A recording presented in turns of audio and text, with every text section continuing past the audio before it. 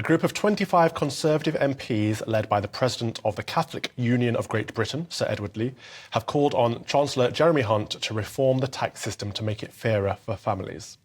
In a letter that was also signed by former Home Secretary Priti Patel and Chair of the 1922 Committee, Sir Graham Brady, the MPs asked the Chancellor to create a commission on family taxation that helps make Britain the greatest place in the world to start a family.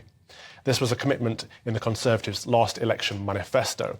To tell us more about this is the Deputy Director of the Catholic Union of Great Britain, James Somerville-Meikel. I hope I pronounced your name right. Meikel, almost, yes. Always give it Very a shot, nearly. live on air. James, tell us a bit about this. Why do you want to influence family policy in the Conservative? Well, Calvin, it's great to be on the show this morning, and thank you for picking up on this story, which we're really excited about. I mean, we think there's never been a better moment to make sure that families keep more of the money they earn, which is at the heart of this proposal. The war in Ukraine has seen energy bills skyrocket, inflation soar, putting a real squeeze on household budgets. So what we're calling for is a commission that can inform the Chancellor's next steps in terms of easing the tax burden on families, looking at some things that we think would be easy wins, so getting rid of the two-child cap on universal credit and working tax credits, but also broader reforms, moving to a situation where personal tax and benefits are calculated on overall household earnings and need rather than the individual. As I say, we've got 25 MPs backing this letter from all sections of the Conservative Party. They'll have different ideas as to exactly what reforms should be taken forward, but this commission will get the ball rolling and make sure that reducing taxes on families is the priority for the rest of this Parliament. Well, let's break that down a little bit, because what we're looking at here really is looking at the number of mouths to feed in a household, aren't we? But rather than looking at the taxation system as based on each individual, we're looking at it as a family unit, right? Exactly right, yes. So we had a situation in the 1980s where Nigel Lawson introduced individual taxation, and a lot of that was needed, but we've almost gone from one extreme to the other. So having a situation where the tax system penalises you for going into work, particularly if you're a woman, it now penalises you for staying at home if you want to care for children or elderly relatives. So we're calling for a sort of middle ground approach, really, one where people can choose. So in Germany, for example, people can decide how their personal allowance is taken. They can take it as an individual or across the household. So it's giving people freedom to choose.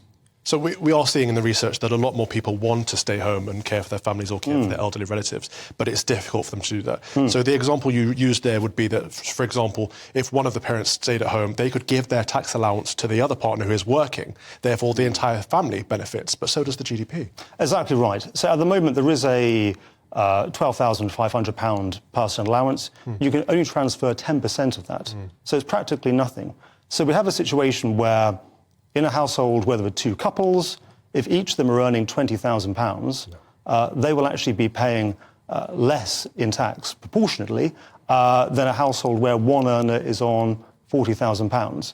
It just doesn't make sense. And similarly, in a household where one person is on £40,000, they're unmarried, they have no children, but a household where there's one earner supporting a partner and three children, again, the same level of taxation. It doesn't make sense. We need to look at it. I suppose it's about us as a society deciding what's important to us, right? And if family is the cornerstone of a modern society, surely that should be beneficial rather than penalised. If we look at countries like Hungary, mothers who have 4 children are totally exempt from tax for the rest of their lives. That's a good, positive outlook, isn't it? Should we be looking abroad for examples? Absolutely. So we can definitely look to Europe. I mentioned Germany earlier on, and France as well, as places where they've got systems that work very well. You know, we're not calling on the Chancellor to reinvent the wheel here. We just need to look across the channel to see where a more family-friendly approach to tax and benefits is working well. But to your point about, you know, what should underpin all of this, is absolutely support for family life, because family breakdown, for example, costs the Exchequer £50 billion a year. We know that strong families are really important for bringing up children. They play their part in terms of reducing pressure on the NHS.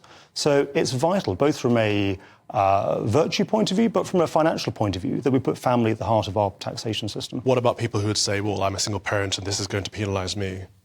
So we're not talking about people losing out as a consequence of this. It's about making the system fairer and recognising that actually if you take time away from the workplace to care for children or elderly relatives, that the state should recognise that, as it does in Germany, France and elsewhere. Absolutely with you on that. Thank you very much for putting that forward and keep fighting the good fight. Great. Thanks, Calvin. That was Deputy Director of the Catholic Union of Great Britain, James Somerville-Meikel.